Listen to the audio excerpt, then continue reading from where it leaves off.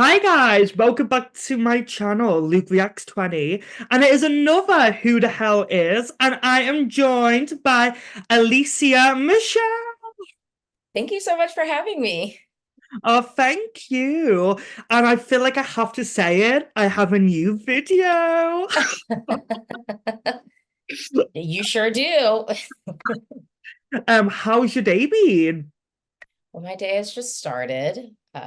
I most folks know I'm a mom. I have a toddler, and my day job is I do digital communications at a labor union, not necessarily my background in school and stuff like that, but I do digital communications. So we just had a very big win Ooh, yesterday where basically Starbucks has agreed to, I don't know if you're familiar with like labor disputes and things like that, but Starbucks finally agreed to sort of make some caveats and begin to bargain in good faith with the Starbucks workers who have been fighting for their union for about 2 years now. Yeah. So oh, very so big news. successful, yeah.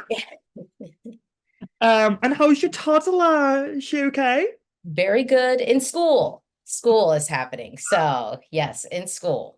But apart from your work and obviously Eurovision content, what does a day of Alicia look like?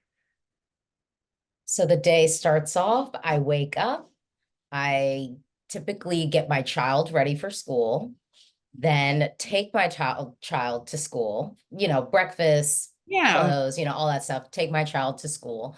Then during Eurovision season, then typically that's a little bit before my work day really starts. So if I'm working from home, I'm only in the office 2 days a week. If I'm working from home, then I'll spend probably about that hour and a half to react, do videos, do interviews with certain Eurovision acts. And then I get into my work day. Then I do that. And then I pick up my child. Then I have to, do dinner, Yep. activities, tutoring, all that stuff, put my child to bed. And then I have time to do Eurovision. So and then I go to bed. But when you have a little bit of you time, what do you like doing? Do you have any hobbies? Maybe before you had a child. Well, I would say, well, Eurovision is my hobby. I mean, to a certain degree, I would say this is the thing that like people know me for. My friends know that I'm very into Eurovision and that there's like a time period of year where it's like Alysia is not really available because she's like doing Eurovision, so to speak. But I mean, I watch reality TV. I watch all the Housewives. I watched every single season of the Real Housewives Bravos franchise. I've tried to get into some of the international versions, but they're not all available easily. But I love reality TV. And I would say before I had a child, I mean, people know this about me. I kind of had two careers. So I worked in radio and then I still have like sort of digital advocacy. So I sort of did two jobs. And through my radio job, I began to do a lot of like party promotion in DC. And I will say people have called me a socialite. In a sense, well, at least in like the DC queer community. Like I used to go out a lot and to the point where it would be like, okay, what am I doing this week? Like what happy hour, what day party am I going to? What club am I going to? And that I went out a lot and I also threw events and hosted events and stuff like that. So you're a bit of a party animal. Not anymore. You are. I would say social. Okay. Social. I was very social. I would go places because I wouldn't say like I like to dance, but mostly I liked to go to like, yeah, be social, catch up with people, hang out, like talk and stuff. So social. So if you're socialing, what's your favorite drink to Ooh, so right now I've been going through kind of like a French 75 phase, but also I have rediscovered martinis. Like when I first used to go out and do like happy hour in DC, which like DC was like a very heavy happy hour place. Like you go to work, everyone then goes to happy hour, and you could get real deals, like, oh, $5 drinks. Now, after, that's in what we went time? through in 2020, after that, I don't think happy hour really is what it used to be, but yeah, I'm rediscovering martinis. And I've started making this like it's like a crushed pineapple martini, and I can make it really, really well, and it's very good. Okay, if you say so. Yes. I'll have to try some. I love Yes. oh. So I'm rediscovering martinis, but I used to be like mainly like a whiskey girl. Like Uh, my main drink was like if I went out, like when I was in my early 20s, it was like whiskey sour. Then that sort of transitioned into like whiskey ginger. And so now I'm rediscovering like martinis and like light liquor because I'm not really a light liquor fan, and I'm gonna try to become one. okay. Um, apart from Eurovision, what other like musical artists do you listen to?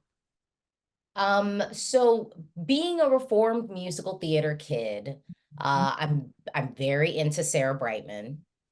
We haven't gotten a new album lately, but I love Sarah Brightman. I revisit Sarah Brightman, so love that. Yeah, love her. She's like Blueprint. I'm a huge fan of Little Dragon. Anytime that Little Dragon comes to DC, I go to see them. They're a band, they're Swedish. Oh, But yeah, anytime that they're in DC, I always go to the show, so love them. mm. And I don't know. Well, and then I listen to a lot of like I'd say throwback R&B, not necessarily current R&B, even though some of my friends are trying to get me in, but I'm still like stuck on like Sade. I listen to pretty religiously, like every fall. I have like a Sade like month. Depending upon the weather, it's like, okay, gotta like revisit Sade. And I mean I listen to like I think kind of top 40 hip hop. So like whatever's like kind of the latest, I'd say like hip hop song, I'll probably listen to it. Yeah. Okay, so you're a bit of a varied when it comes to music. Yeah. But it's funny because my mom was like, I feel like when I sit in the car with you, you're into pop. And I think it's just because of how Eurovision has sort of infiltrated. Because really, if you ask me my favorite genre of music, I would say electronic is like my favorite genre of music. Like, and technically, Little Dragon is considered to be like an electronic band. So, Okay, yeah. nice. Right. I think this is quite fascinating because you're American. So usually when it comes to Eurovision, I think Americans are a bit more of a niche audience, or viewers. So how did you get involved? Like, when did you first watch Eurovision? So the first year I was able to watch live. And I think for a lot of it's funny because when I've met other Eurovision fans who are American, we all kind of have the same year. It's 2010. So I just feel like there was something about 2010 where the streaming worked out, like where all of us were finally able to like access it live. Because really prior to that, I would have to watch performances like on the replay. So like the winner had already been selected, but I'm just kind of getting into some of the performances. So that was really like I think the foundation, so to speak. But I also will say, like me being from DC, like, and I am from DC, we have a huge international population. So like I think, comparing like my introduction to Eurovision to like maybe someone in the Midwest or even, like in down south, I think would be different because I grew up and had to go to school with kids who were European. So, Okay. so some of them would talk about it. It didn't all come together to me until I was like about high school when I was like, oh, this is like all the pieces and this thing. And then I ended up realizing that I had heard plenty of like Eurovision songs before. Nice. And then you've been a fan ever since 2010? Yeah, yeah, pretty much. I mean, yeah, I think when I was first, but it was also too like you have to think internet was really like baby stages. So it's not like you really had like a fan community in a sense, and particularly being American, like there was nothing I could plug into. I just liked it and would just consume it, whenever I could, but there wasn't really any place to kind of go for that. Whereas now, if you really love something, you have the internet, you can figure out like communities, you have groups, like you can meet up in person, you can do so much more. Yeah, technology is a thing now. Um, right, difficult question, but if I had to ask you on the spot, what is your favorite Eurovision entry of all time? Thing that I show people of recent years, Måneskin. That's Yeah. like that would be a thing. But I do think that there's something to be said about, and I know it's cliche, but just 2012 Euphoria. Because it's something about that entry that I think we all know sort of changed Eurovision.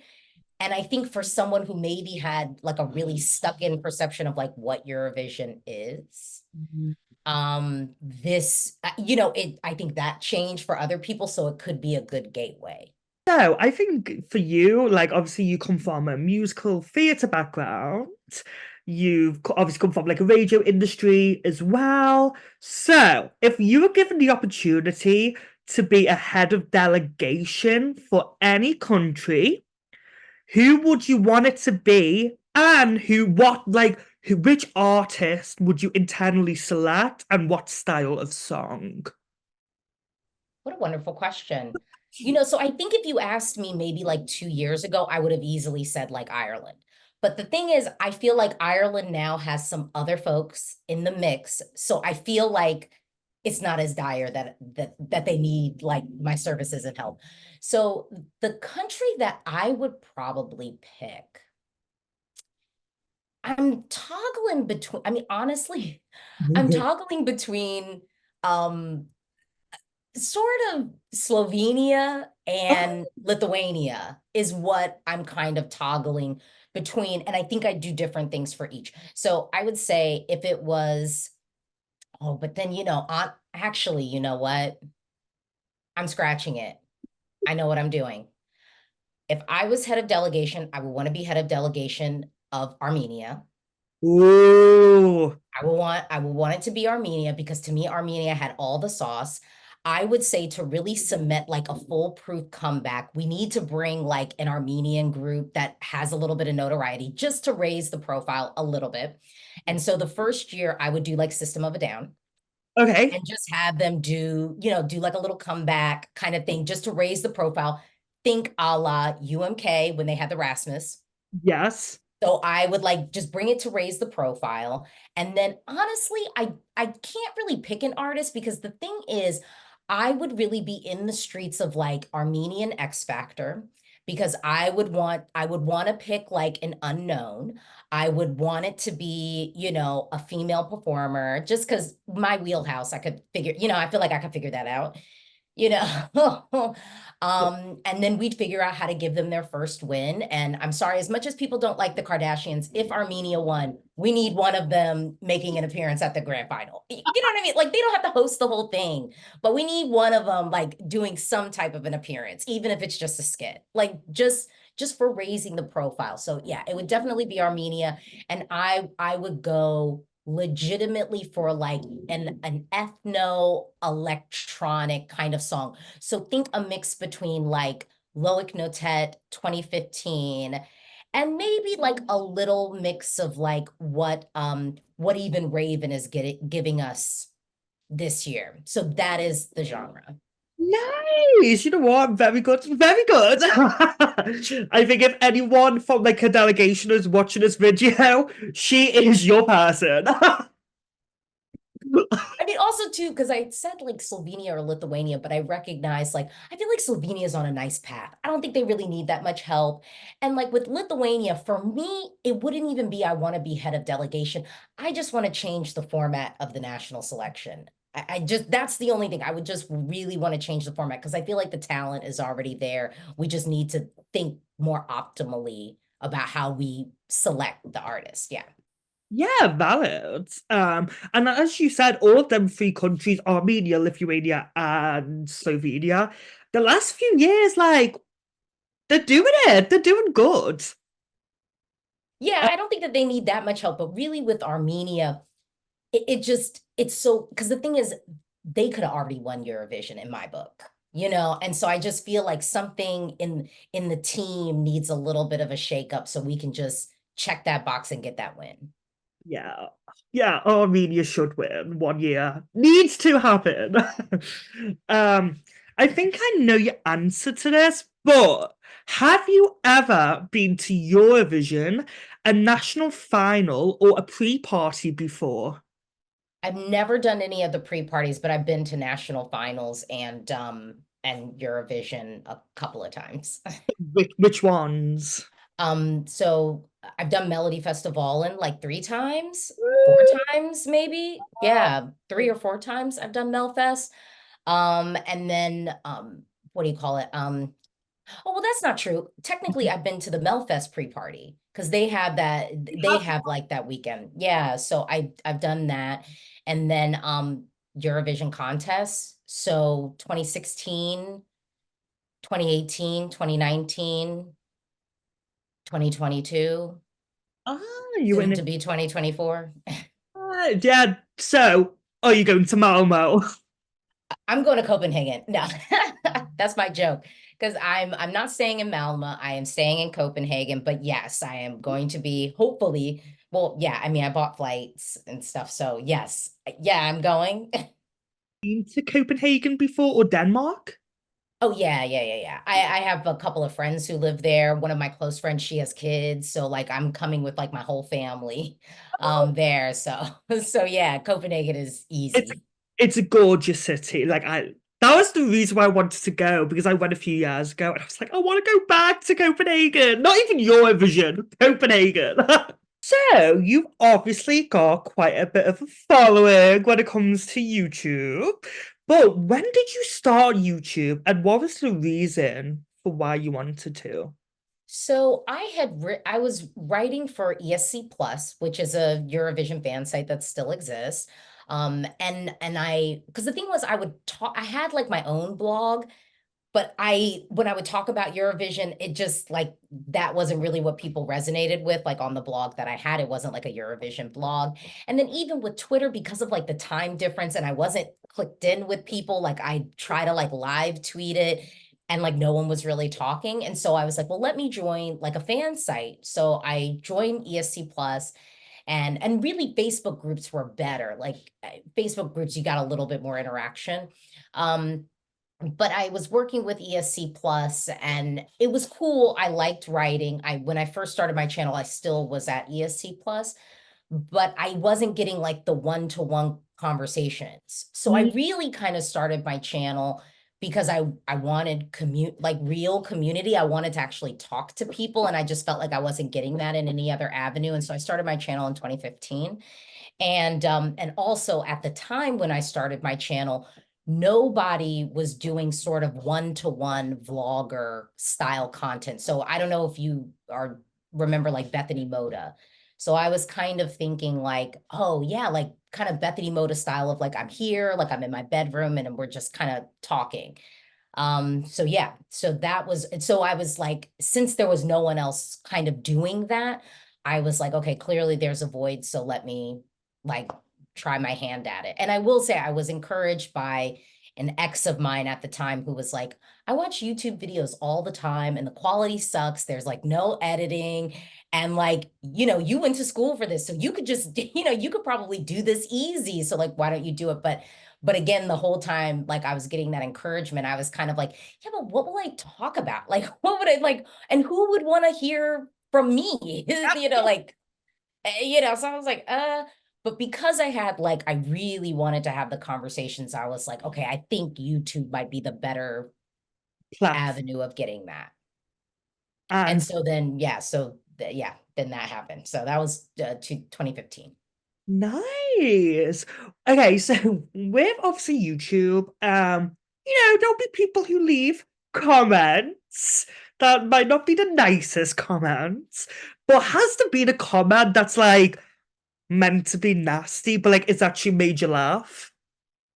Like, when they tried, like, who was it? I had one a while ago. I think it was about like Norway. Um, the reaction video for Norway, and I think they commented being like, "Oh, you don't like anything that's not pop," and I was like, "Yeah, that's true." Um, I'm honestly probably. I can't remember any, I think off the top of my head. Well, I think so I recently like started doing these like Eurovision mega mixes just kind of for fun. And also I would say sort of in a response because I think my channel has been around for so long and that now there are people who they're not familiar with any of my like content from like 2015, 2016 even. So it's sort of like you can I would say I think I sometimes get grouped in with people just thinking like I'm just talking about Eurovision like kind of with no context, and it's like I do sing. Yeah. Like I think I'm pretty good at it. I've been paid to do it before, so I think I'm pretty good at it. Or good, at least good enough to get paid to do it, which I think is a nice barrier of like verification.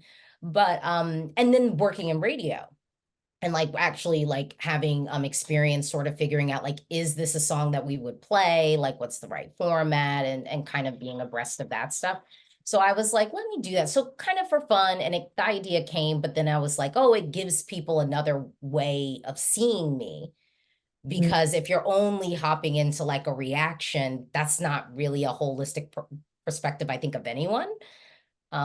So so I think on that someone like wrote, they'll do like, oh, I get like the, oh, because you just want everything to be American or something. And I'm like, why would I want that if I'm sitting here literally as an American talking about something that's happening in Europe? Like that feels strange.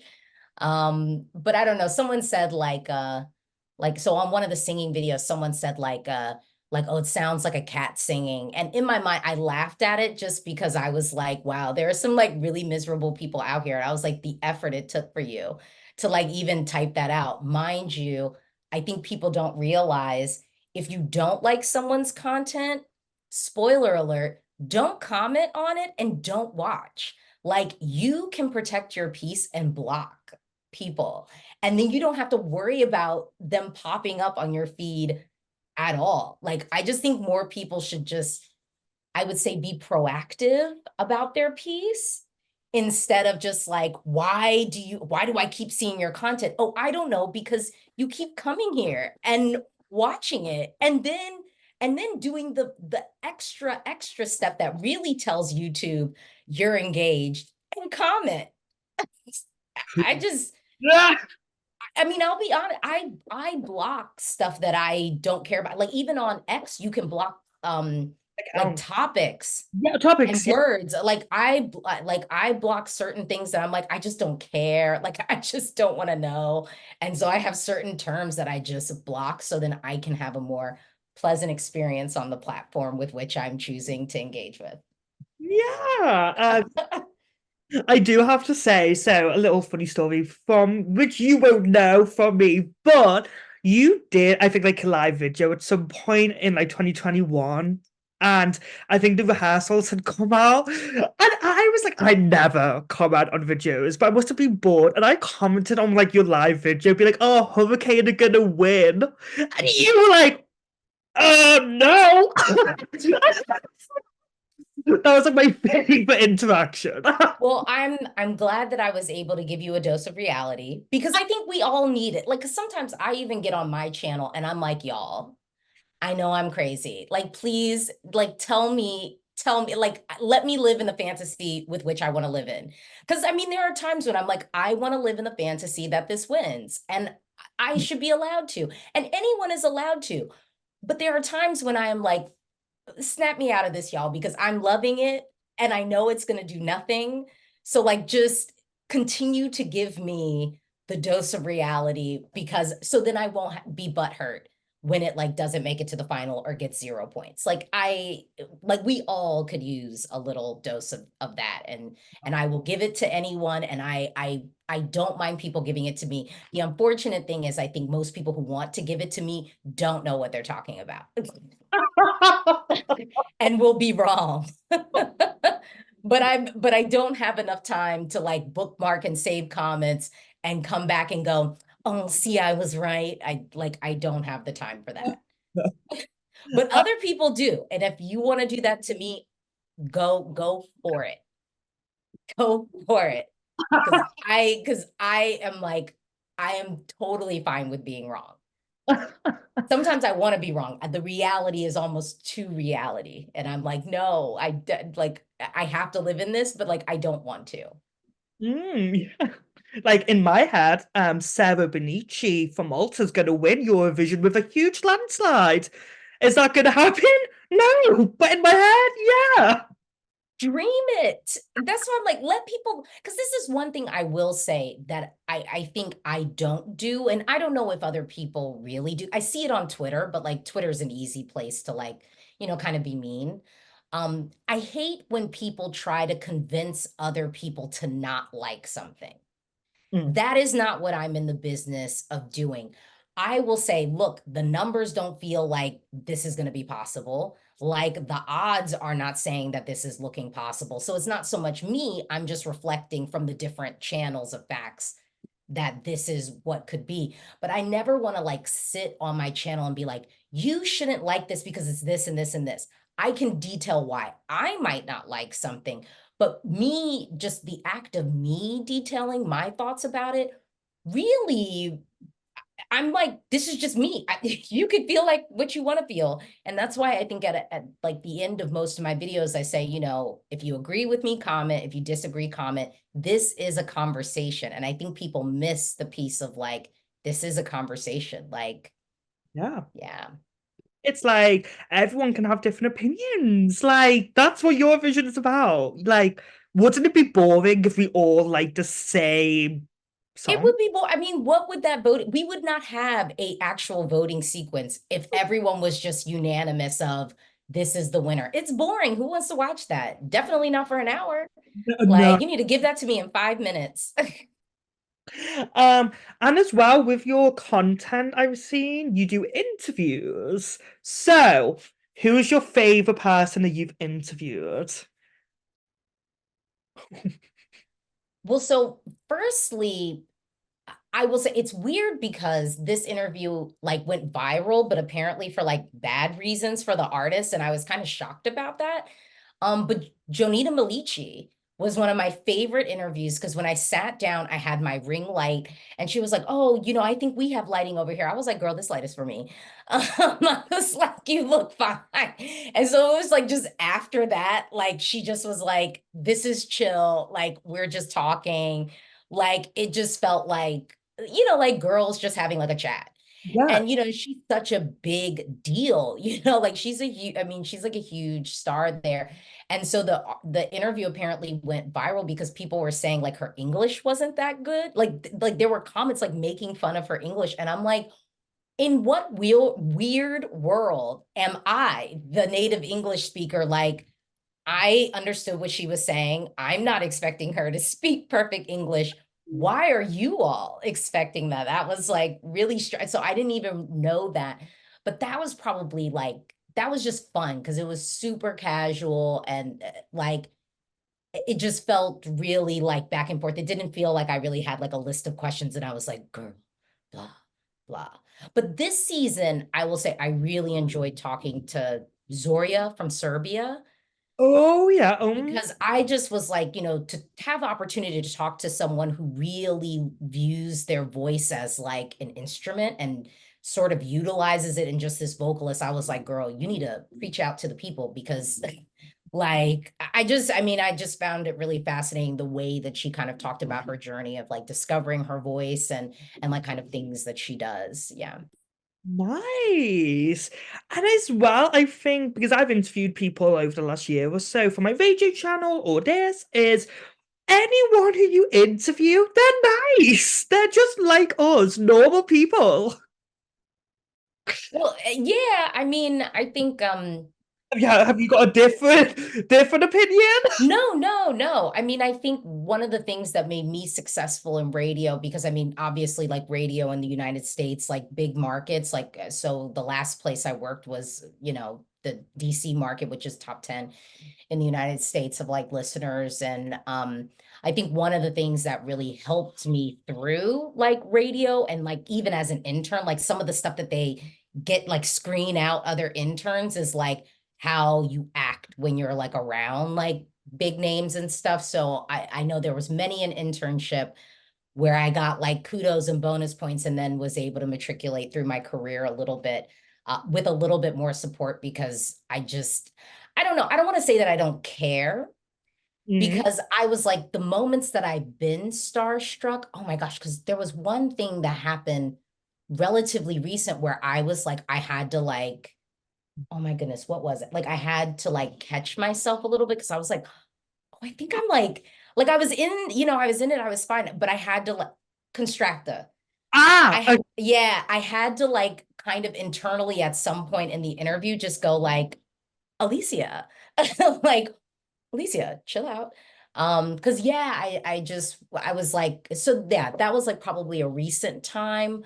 But for the most part, like I've met like lots of people and it's like I've seen Jay-Z before. I've watched him get interviewed. I was like filming it and like nothing. I was just like, okay, he's coming through. I have the camera set up, like, all right, It's your job. let's go. Yeah, like let's go. Yeah. I mean, and Jay-Z is huge. Like this, I mean, and he was married to Beyonce at the time. Like, like it was a time to probably be like starstruck. And I don't know, like I just got on a nice plane of like, whatever. Like you're just doing work. Okay. But now that's all my questions for you. However, as a tradition for Who the Hell Is series, I ask my previous guest a question for you. Oh, okay. Oh, cool. Okay. So my previous guest was Vince, Okay.